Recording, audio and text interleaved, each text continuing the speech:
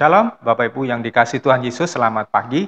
Topik hari ini kita berbicara kembali tentang tempat bersarang burung-burung liar dengan subtopik perkembangan yang tidak sesuai dengan rencana Allah. Masih menindaklanjuti khotbah minggu lalu, biji sesawi yang kecil, munggil, yang berubah menjadi pohon besar dan berdaun lebat.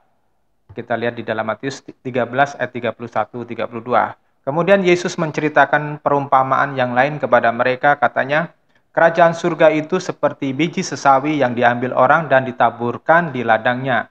Biji itu adalah yang terkecil dari semua jenis benih, tetapi ketika tumbuh ia lebih besar dari semua jenis sayuran, bahkan menjadi pohon, sehingga burung-burung di langit datang dan bersarang di cabang-cabangnya. Bapak Ibu yang dikasihi Tuhan Yesus, biji sesawi itu biji yang sangat kecil dan tingginya pun tidak lebih dari 1 meteran. Ya, kita tahu sawi-sawian itu kan cuma tanaman yang pendek-pendek begitu ya. Tetapi Tuhan menggambarkan di sini ada sawi yang berkembang menjadi besar ya, melampaui kodratnya dan menjadi raksasa, menjadi pohon yang besar. Nah, setelah itu karena dia memiliki cabang dan kita tahu sawi itu tidak memiliki cabang kan? Sawi ini menjadi pohon mempunyai cabang sehingga burung-burung bisa bersarang di sana. Nah, ini sekilas kembali tentang sejarah pertumbuhan gereja. Gereja perdana, Bapak Ibu Saudara mengerti bahwa Tuhan itu hanya memanggil 12 murid. Pada akhir pelayanan Tuhan di bumi menjelang pengangkatan beliau kembali ke surga setelah kebangkitan beliau, ya, jumlah pengikut Tuhan berkembang sampai menjadi 100 orang dan mereka bertahan setia menantikan hari pencurahan Roh Kudus. Dalam kurun waktu 20 tahun sejak penganiayaan di Yerusalem oleh imam-imam Yahudi, orang-orang Farisi yang berusaha untuk menekan perkembangan kekristenan yang menyebabkan jemaat Kristen akhirnya bubar, keluar dari Yerusalem dan menyebar ke seluruh penjuru dunia. Ini dikenal sebagai jemaat diaspora, menyebar ya, seperti spora yang tersebar kemana-mana.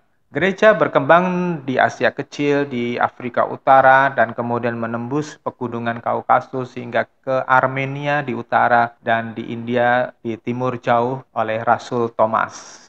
Akhirnya tahun 50-an gereja berhasil menembus ibu kota dunia pada waktu itu yaitu Roma. Di tahun 54-an itulah dimulai aniaya besar oleh pemerintah Roma atas kekristenan yang perdana pada waktu itu. Kaisar pada waktu itu yang memulai penganiayaan adalah Kaisar Nero. Nah, Nero pernah meramalkan bahwa nama Yesus akan musnah, sedangkan nama Nero akan berkibar. Tapi kenyataannya nama Yesus tetap dipuja hingga kini, sedangkan nama Nero hanya dijadikan nama anjing ya. Sampai akhir abad keempat, diperkirakan separuh penduduk Kekaisaran Roma, ya diperkirakan sekitar 20-an juta orang telah menjadi Kristen. Jika sebelum abad ketiga kekristenan berkembang di bawah bayang-bayang aniaya orang-orang yang dirasuki iblis, yakni imam-imam Yahudi dan kaisar-kaisar Roma yang kafir, namun setelah abad keempat perkembangan gereja dipengaruhi oleh kekuasaan politik kerajaan yang menjadi Kristen. Ada 3 kaisar Eropa yang berpengaruh dalam membuat Eropa menjadi Kristen, yaitu pertama adalah Konstantin pertama atau yang dikenal sebagai Konstantin Agung dan Theodosius I. Dan yang kedua adalah Karel I atau Karel Agung. Saudara, kita melihat dimulai ketika Kaisar Konstantius I atau Konstantin Agung, putra dari Flavius Valerius Constantius dan ibunya namanya Helena dengan kekuatan 40.000 pasukan, berhasil mengalahkan penguasa Roma sebelumnya yaitu Maxentius yang berkekuatan 100.000 pasukan dalam sebuah pertempuran di Turin tahun 312. Mereka bertempur di tepi sungai Tiber dan ketika pertempuran berlangsung di sebuah jembatan namanya Milvius, mereka berhasil mengalahkan tentara Maxentius dan Maxentius tewas tenggelam di sungai tersebut. Constantius mendapat tanda supranatural waktu sebelum terjadi pertempuran itu. Dia melihat salib di langit dan ada suara in hoc signo vinces, artinya dengan tanda ini, tanda salib ini, kamu akan mendapat kemenangan.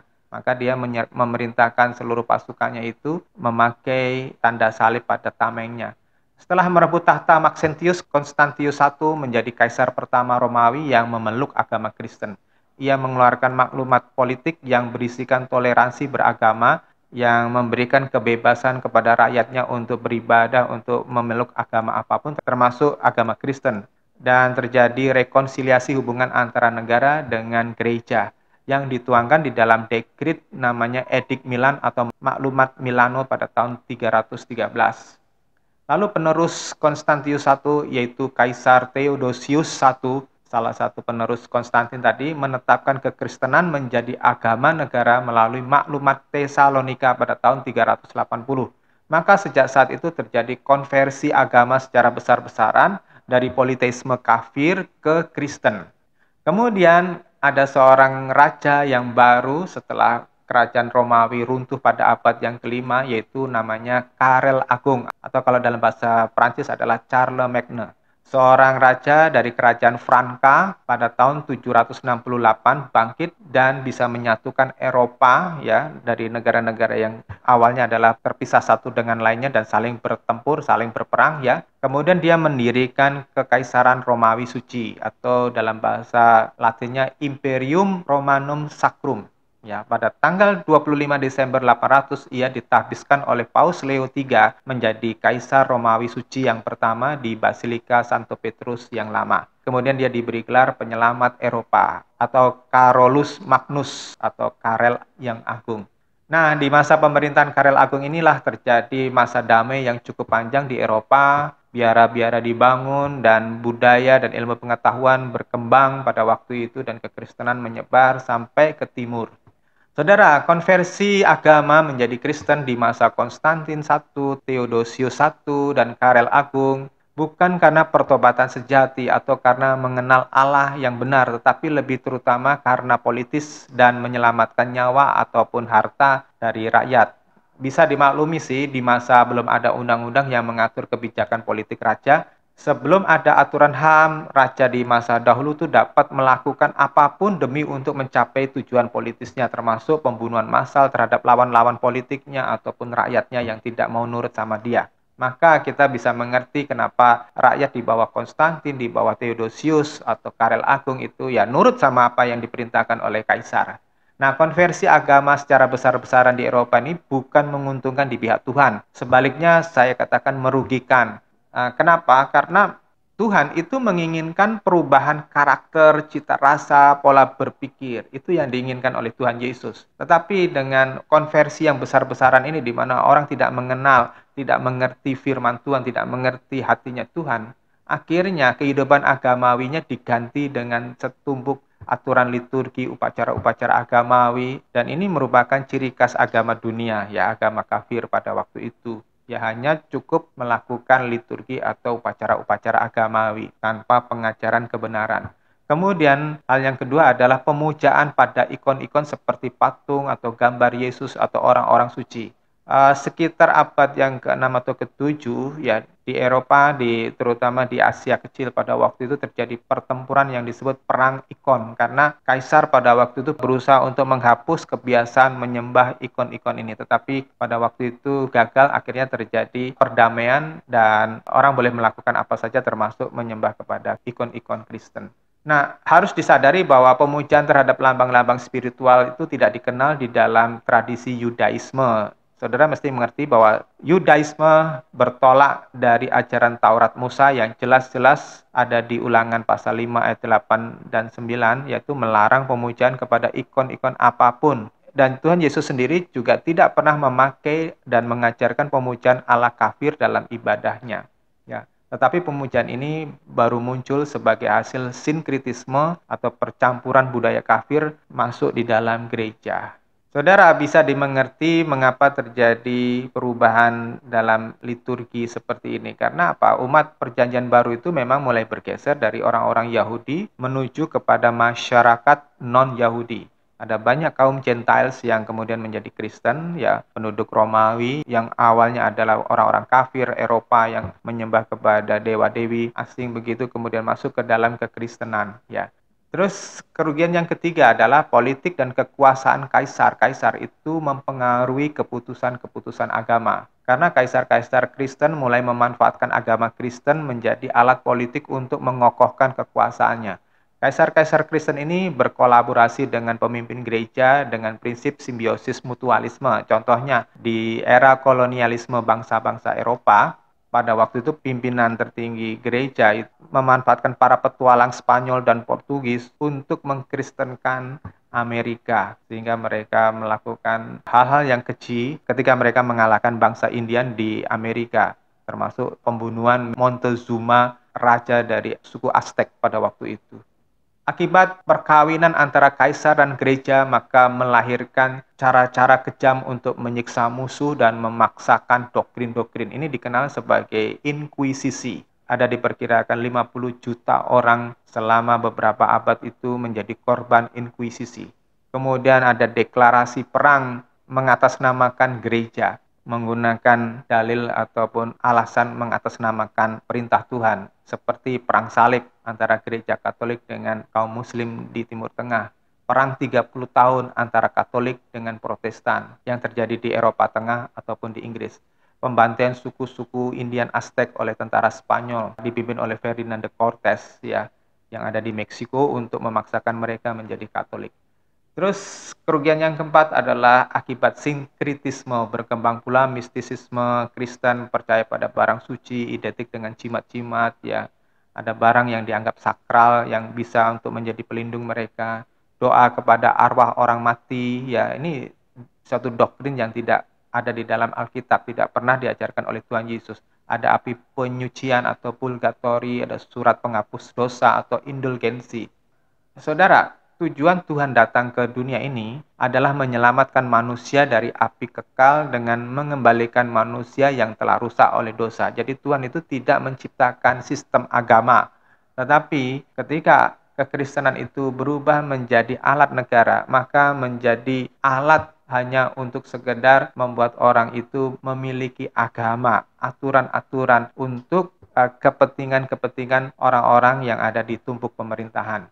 Tuhan mau kita ini kembali kepada rencana Allah yang semula, yaitu menjadi serupa dengan Allah, segambar dengan Allah di dalam karakternya, dalam cita rasanya, dalam cara berpikirnya. Dirindukan Tuhan kita memiliki sifat ilahi. Dan Tuhan memberi kesempatan kepada kita supaya kita mengalami perubahan seperti yang diingini oleh Tuhan, karena surga itu tidak dapat menerima makhluk yang najis. Nah, najis ini menurut standar Allah adalah mereka yang memberontak kepada aturan Allah. Bukan sekedar kita makan binatang yang haram, itu kemudian dia menjadi najis. Bukan. Tetapi ketika orang itu memberontak, ketika makhluk itu memberontak seperti kayak Lucifer, iblis ya, dia memberontak kepada Allah, akhirnya dia terusir dari surga. Karena apa? Hatinya najis ya. Di dalam Yohanes pasal 1 ayat 12, namun mereka yang menerima dia diberinya kuasa untuk menjadi anak-anak Allah, yaitu mereka yang percaya kepada namanya. Saudara, perhatikan tulisan yang saya beri warna kuning ini, diberinya kuasa. Apa itu diberinya kuasa? Banyak orang berpikir bahwa kuasa ini adalah kuasa untuk membuat mujizat, kuasa untuk mendapat tanda-tanda dari Tuhan secara supranatural. Saudara, saya mengerti kuasa ini bukan ditujukan untuk hal-hal yang supranatural atau yang mistis, tetapi kuasa yang diberikan oleh Tuhan adalah Injil atau kabar baik atau logos atau firman Tuhan dan Roh Kudus untuk menerjemahkan logos tadi dalam pengertian kita. Nah, tempat yang paling tepat untuk membengkelin kita supaya kita bisa kembali kepada citranya Allah hanya ada satu tempat, yaitu di dalam gereja. Selama gereja tersebut mengajarkan kebenaran Injil dan cara mendengar Roh Kudus dengan benar. Di dalam Yohanes 14 ayat 26, akan tetapi penolong itu yaitu Roh Kudus yang akan Bapa utus dalam namaku, ia akan mengajarkan segala sesuatu kepadamu dan akan mengingatkanmu pada semua yang telah kukatakan kepadamu. Ingat, ya, yang Bapa utus dalam namaku, dalam nama Tuhan Yesus. Jadi tidak ada roh yang lainnya atau spirit yang lainnya dengan nama yang lainnya yang dikirimkan dari surga untuk kita. Karena apa? Di sini dikatakan bahwa roh yang sah mengajarkan kepada kita itu adalah roh yang memiliki meterai nama Yesus. Jadi kalau bukan Yesus, di luar Yesus dan tidak mengakui Yesus, maka roh itu adalah roh antikristus. Maka itu adalah roh yang berasal dari neraka. Adalah salah jika orang beranggapan tidak memerlukan persekutuan gereja Tuhan. Ya, karena ada orang-orang mungkin yang kecewa atau orang-orang yang bersinggungan kemudian akhirnya tidak cocok dengan gereja. Memang tidak dapat dipungkiri ada banyak orang berusaha menggagahi gereja dengan memanfaatkan umat Tuhan, bahkan memanfaatkan Tuhan sendiri untuk kepentingannya sendiri. Tapi sebetulnya pada prinsipnya melalui gereja yang dibangun oleh Tuhan, manusia itu dibentuk agar kembali memiliki sifat ilahi, yakni sifat yang tidak mudah dipengaruhi kerajaan gelap. di dalam Matius pasal 16 ayat yang ke-18. Dan aku juga mengatakan kepadamu bahwa kamu adalah Petra, batu karang. Dan di atas batu ini aku akan membangun jemaatku dan gerbang-gerbang Hades tidak akan menguasainya. Saudara perhatiin baik-baik ya. Tuhan mengatakan bahwa gerbang-gerbang Hades. Hades ini adalah pintu neraka, bukan neraka. Ya, ini adalah pintu neraka di mana iblis sebelum akhirnya dibuang ke neraka atau Gehenna, iblis ditaruh di situ, ya dipersiapkan untuk diadili. Setelah pengadilan nanti, pengadilan akhir nanti akan dibuang ke Gehenna atau neraka. Nah, di Hades inilah iblis membangun kerajaannya. Jadi dalam Efesus pasal 6 ayat 12 itu bisa kelihatan struktur kerajaan dari iblis, kerajaan kegelapan. Nah, orang-orang yang tidak berpihak kepada Tuhan itu yang akan diserahkan kepada iblis dan masuk ke Hades tadi, ya. Nah, harusnya gereja Tuhan itu, orang-orang yang dipanggil oleh Tuhan itu memiliki kuasa agar tidak bisa terpengaruh oleh keinginan iblis, ya, keinginan roh-roh jahat. Dan oleh sebab itu Tuhan memakai gereja untuk membentuk kita. Sehingga fungsi gereja itu sebagai persekutuan orang-orang yang telah dipanggil keluar. Artinya orang-orang yang telah dipanggil keluar dari kubangan kegelapan, ya, kubangan dosa, dan jiwa kita ini dibengkeli supaya kembali kepada kehendak Allah. Maka di dalam Ibrani pasal 10 ayat 25, Tuhan mengingatkan benar-benar ya melalui Alkitab ini, janganlah menjauhkan diri dari pertemuan ibadah kita bersama seperti yang dibiasakan oleh beberapa orang, akan tetapi marilah kita saling menguatkan terlebih lagi karena kamu tahu bahwa hari Tuhan sudah semakin dekat. Ya, jangan menjauhkan diri dari pertemuan ibadah bersama. Ya, kita bisa saling menguatkan, saling menasihati. Maka kita harus menentukan dasarnya dahulu ya, bahwa keselamatan hanya ada di dalam Tuhan Yesus melalui salib. Ini harga mati, ini normatif. Artinya tidak ada jalan di luar salib yang bisa membuat orang itu sampai ke surga. Di luar salib tidak ada pengampunan. Ya, ini satu hal yang normatif yang tidak bisa diganggu-gugat. Hanya melalui salib Yesus saja orang bisa diselamatkan sampai kepada Bapa. Kita akan membahas kaitannya dengan pohon besar yang berasal dari biji sesawi yang kecil dengan perkembangan gereja dewasa ini. Saat ini gereja Kristen terdiri dari berbagai macam aliran. Ada Katolikisme, ada Anglikanisme, ada Protestanisme, ada Pantekostaisme, ada Karismatikisme, ada Ortodokisme, dan macam-macam yang lainnya. Setiap aliran dan pengajar Injil atau pendeta dari tiap denominasi akan membela diri dan berkata dirinya paling benar, doktrinnya paling benar. Tapi secara logis tidak mungkin semuanya benar kan? Tidak mungkin semuanya itu dibenarkan oleh Allah. Maka kita mesti jeli memilih karena pemilik surga itu adalah Tuhan Yesus. Karena pasti tidak mungkin semuanya benar. Memang ada perumpamaan banyak jalan menuju ke Roma, tapi tidak semuanya dong. Terus kemudian diartikan itu bisa sampai ke surga. Maka kita mesti jeli memilih karena pemilik surga itu adalah Tuhan Yesus. Ya. Karena Tuhan punya tatanannya sendiri yang menentukan siapa yang diterimanya dan siapa yang tidak diterimanya. Kita bisa lihat di dalam Matius pasal 22 ayat yang ke-14, banyak yang terpanggil tetapi sedikit yang terpilih. Karena Tuhan memilih orang-orang, tidak semuanya orang Kristen yang bisa masuk surga. Sekali kita salah mendengar lalu salah memilih, kita akan terperangkap di situ dan pengalaman banyak orang tidak mudah keluar dari sekte-sekte radikal yang sesat. Contoh jelas adalah peristiwa Guyana yang dipimpin oleh James Jones, seorang pendeta yang membawa hampir 1.000 pengikutnya itu meminum racun maut, yaitu racun sianida, dan terjadi bunuh diri massal di daerah namanya Guyana. Sesawi di dalam Matius ini dipakai sebagai ilustrasi Tuhan untuk mengilustrasikan keadaan gereja Kristen. Dan kekristenan saat ini telah menjadi raksasa di dalam jumlah pengikutnya dan di dalam kemegahannya ya, banyak bangunan-bangunan gereja yang megah-megah. Kita telah belajar bahwa setelah era para rasul dan murid-murid para rasul generasi kedua dan ketiga, kekristenan telah berubah dan Anda telah mempelajarinya tadi ya. Gambaran dari dunia kuno tadi hanya memberikan peta bahwa betapa dalamnya iblis telah merusak mentalitas banyak orang Kristen. Sekarang kita tidak menghadapi kebrutalan secara fisik ya, tetapi kita menghadapi serbuan gaya hidup yang bertentangan dengan firman Tuhan. Gaya hidup yang bertentangan dengan kehendak Tuhan ini sudah dinubuatkan oleh kitab suci sejak ribuan tahun yang lalu.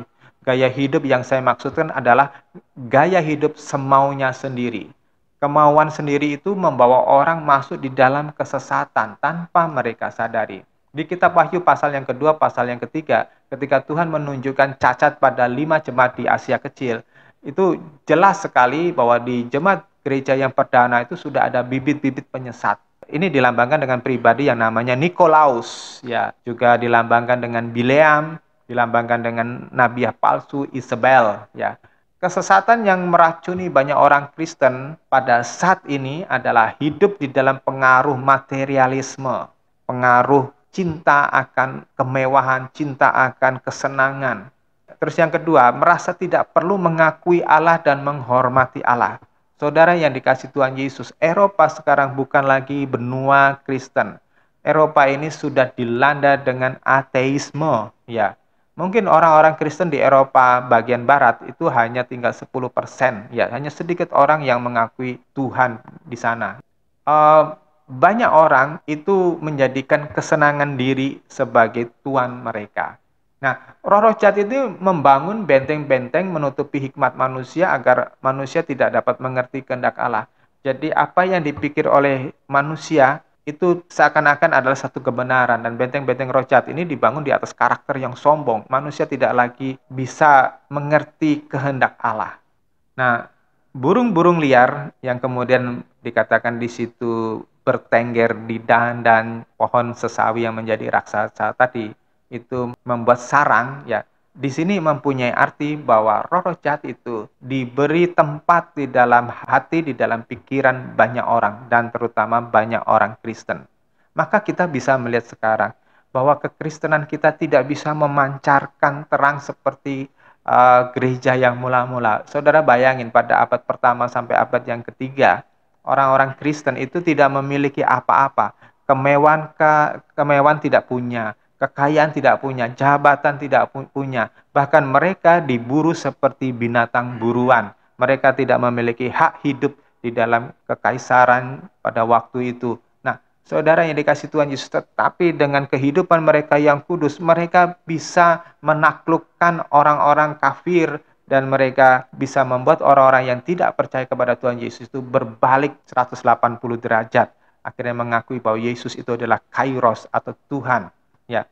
Sedangkan zaman sekarang, orang-orang menawarkan kekristenan itu dengan berkat.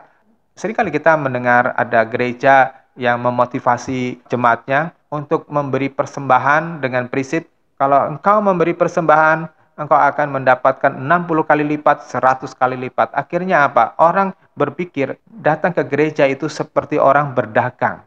Maka sebetulnya gereja pada masa kini itu telah berubah fungsinya. Tidak lebih daripada tempat-tempat perdukunan atau tempat-tempat pertapaan di mana orang mencari kekayaan, orang mencari wangsit, orang mencari pesugihan. Ya, cuma bedanya kalau dulu orang bertapa di gua-gua, di hutan-hutan yang tidak ada orang, ya sekarang mereka pergi ke gereja.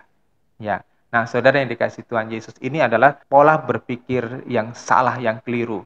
Dan saudara yang dikasih Tuhan, ketika pendeta, ketika pengkhotbah mengajarkan orang tidak mencari sorga, orang tidak memberikan hatinya kepada Tuhan, tetapi orang hanya memikirkan bagaimana mereka diberkati, bagaimana mereka mengalami mujizat, bagaimana mereka diperkaya, bagaimana mereka menaik jabatan, bagaimana semua doa mereka dikabulkan tanpa mengerti untuk apa dikabulkan, maka sebetulnya pengkhotbah seperti itu membawa orang tidak mau pergi ke sorga. Karena apa? Hatinya sudah tertanam di dunia ini dengan segala kemewahannya, dengan segala kesenangannya. Nah, saudara, saya mengajarkan kepada saudara, saya mengajarkan kepada jemaat di sini ya, supaya saudara itu hanya memikirkan keinginan Tuhan, ya. Saudara mempersiapkan diri untuk kehidupan yang akan datang. Saudara jangan menganggap remeh bahwa surga itu gampang untuk dicapai.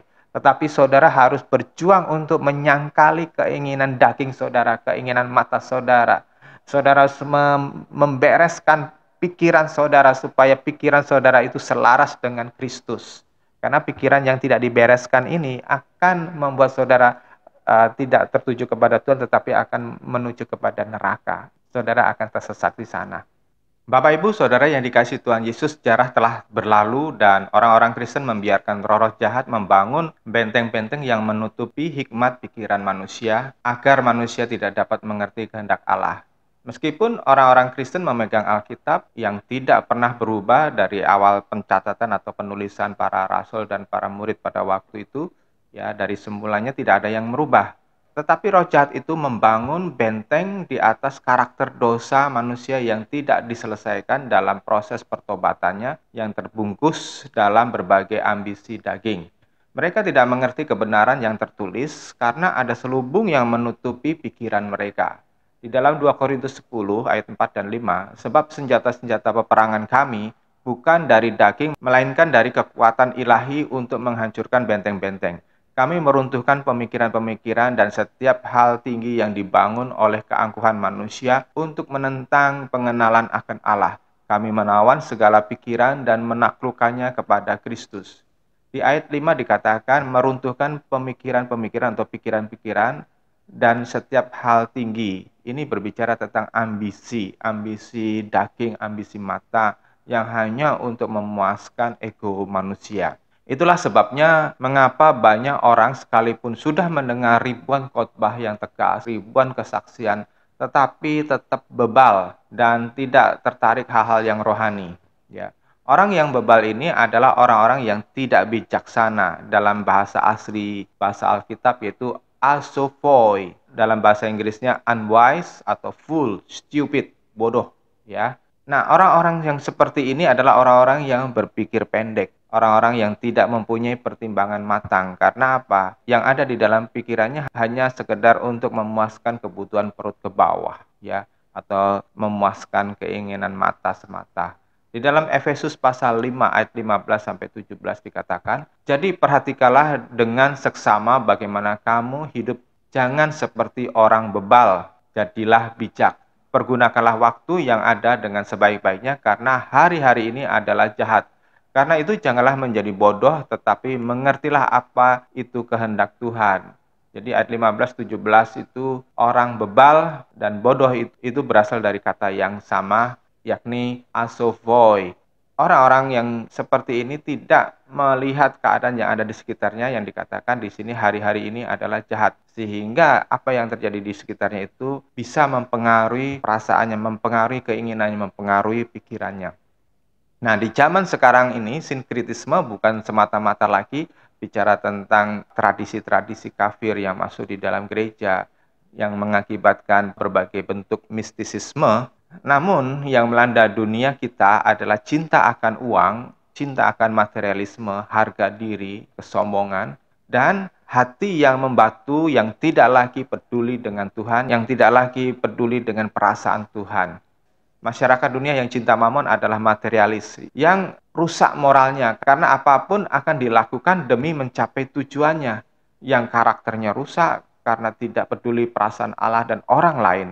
Selera atau cita rasanya bernilai rendah, karena hanya mau memuaskan keinginan daging, perjinahan, kerakusan, dan keinginan mata seperti kemewahan, dan keangkuhan hidup seperti harga diri, kesuksesan, jabatan, dan burung-burung liar dalam ayat ini adalah lambang roh-roh jahat yang dapat bersarang dalam pikiran banyak orang Kristen dan membangun kubu atau benteng sehingga membuat orang tersebut sulit berubah. Terlalu banyak orang Kristen yang menggenapi Matius 12 ayat 43-45 tentang roh jahat yang sempat diusir keluar tetapi akhirnya masuk kembali karena orang yang dibebaskan tadi tidak menjaga pikirannya. Dan mereka ceroboh, mereka tidak waspada dengan musuh mereka yang berusaha untuk masuk di dalam hati mereka. Ketika saya mengulas Yohanes pasal 13 tentang Yudas Iskariot yang kerasukan iblis, padahal ia sedang mengikuti perjamuan kudus bersama dengan Tuhan. Jadi jarak dengan Tuhan itu tidak lebih daripada 1 meter ya. Itu sebetulnya saya hendak mengatakan bahwa di antara Anda yang mendengarkan khotbah saya ini, bisa jadi sedang mengalami sindrom Yudas Iskariot yang artinya adalah juga dirasuki iblis tanpa disadari. Ketika seseorang Kristen tidak dapat memprioritaskan Tuhan sebagai yang terutama dalam hidupnya, sebaliknya kesenangan dunia yang menguasai dirinya, atau seorang Kristen yang hidup di dalam kesulitan, kesusahan, kemiskinan, akhirnya tidak bisa konsentrasi kepada Tuhan, akhirnya tidak bisa melihat kebenaran dan hidupnya penuh dengan kepahitan, penuh dengan penderitaan yang merampas hatinya dan tidak bisa mencintai Tuhan.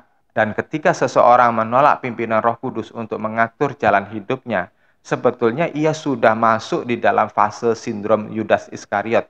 Pengajaran yang diminati kebanyakan orang Kristen pada zaman now ini bukan yang diajarkan Tuhan dan para rasul lagi. Mereka suka mendengarkan ajaran yang hanya menyenangkan telinga mereka.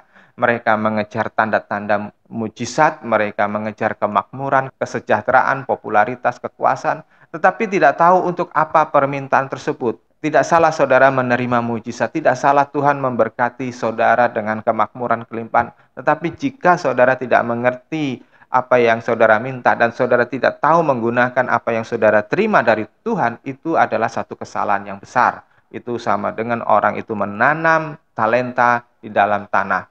Banyak pengajar Alkitab tidak mengerti inti pesan Tuhan. Mereka hanya mengikuti tren atau mode masyarakat. Nah, masalahnya masyarakat kita hanya berfokus apa yang bisa dinikmati di dunia ini. Sedangkan Tuhan Yesus mengajarkan kita untuk meninggalkan sifat yang mau menikmati dunia. Tetapi pengkhotbah-pengkhotbah zaman now ini malah mengajari umat untuk berlomba-lomba menikmati dunia. Nah, inilah sarang burung liar yang hinggap di dalam pikiran banyak orang Kristen. Padahal kita ditentukan, artinya direncanakan untuk berbeda dengan dunia. Supaya orang lain mau mencontoh kita, melihat terang yang ada di dalam hati kita, dan mau mengalihkan pandangannya hanya kepada Allah. Namun seperti orang Israel yang selalu menolak Allah gereja pun pada zaman ini dan abad-abad yang lalu itu melakukan hal yang sama. Kekristenan modern seperti agama-agama pada umumnya lebih suka menampilkan penampilan luarnya yang tampak menarik. Entah dalam bentuk ajaran yang dikemas secara ekstrim, ya, sepertinya suatu ajaran yang radikal yang tidak mengasihi dirinya sendiri. Atau juga dalam bentuk liturgi atau tata ibadah yang dibuat seolah-olah sakral, kusuk, dengan khotbah-khotbah dan irama musik yang menyentuh jiwa sampai orang bisa menangis. Ya, tetapi belum tentu itu berasal dari Tuhan. Itulah sebabnya Bapak Ibu Saudara, saya tidak pernah pusing dengan gereja kita yang tidak semewah dengan gereja di tempat yang lainnya.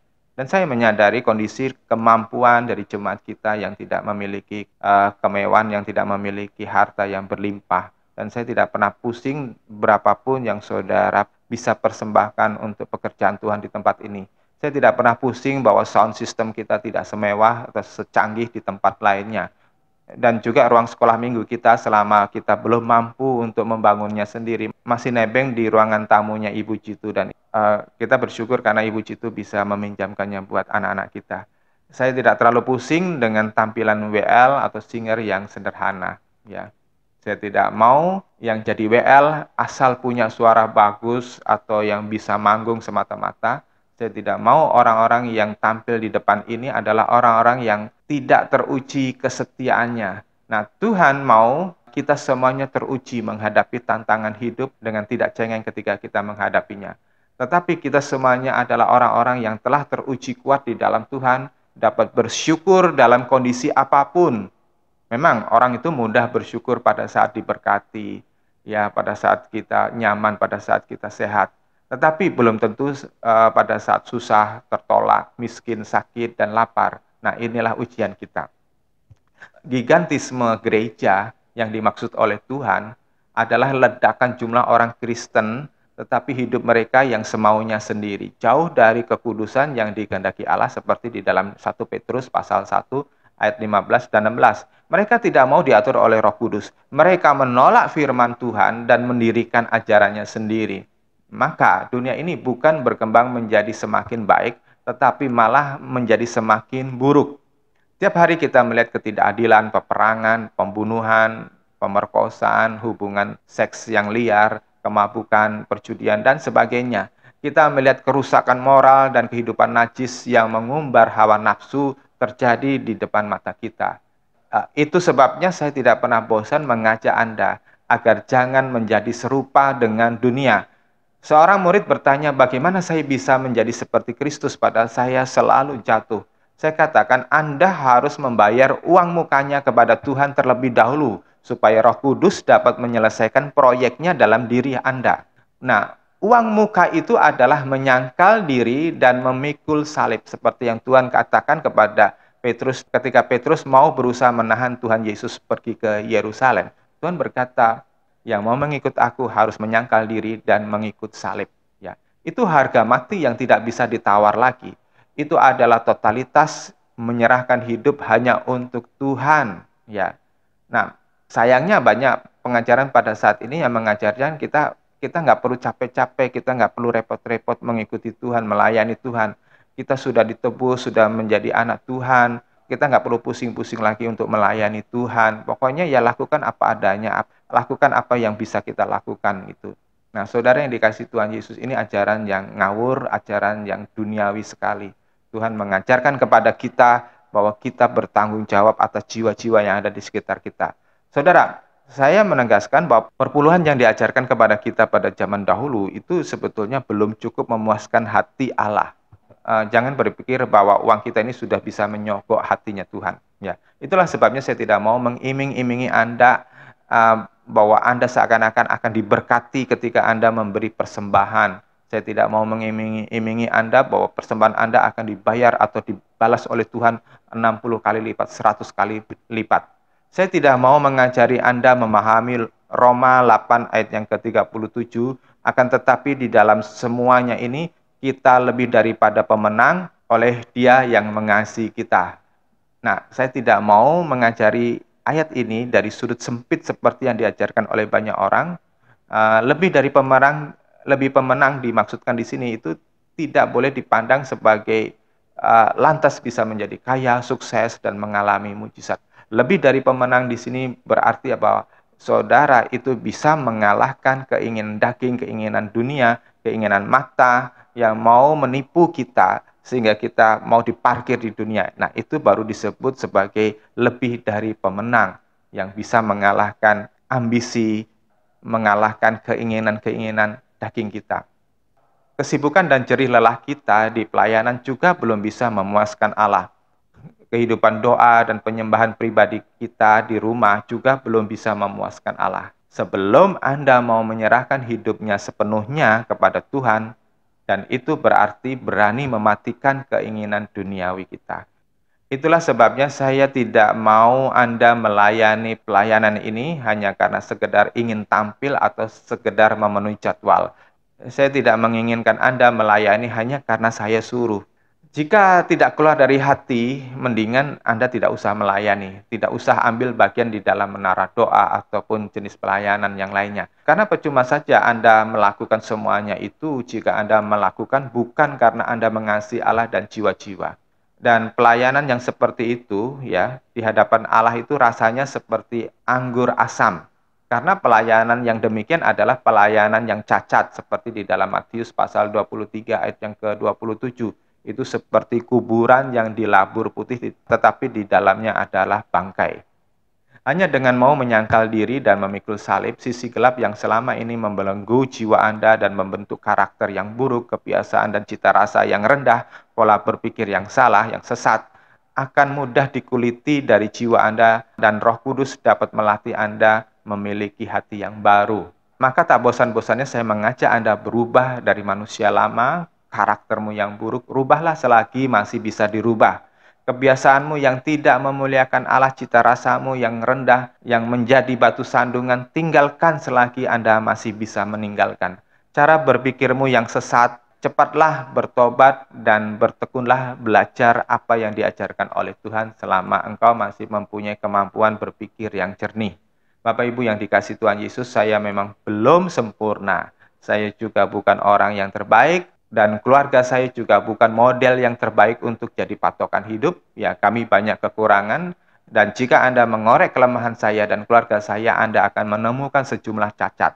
Tetapi saya mengajak Anda untuk menuruti teladan Tuhan Yesus dengan sepenuh hati.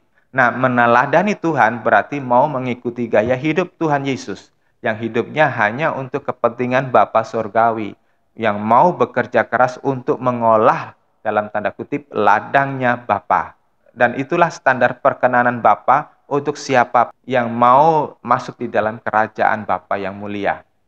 Jadi Bapak Ibu yang dikasih Tuhan Yesus, saya selalu mendorong hal itu karena apa? Karena umur kita tidak pernah ada yang tahu, ya.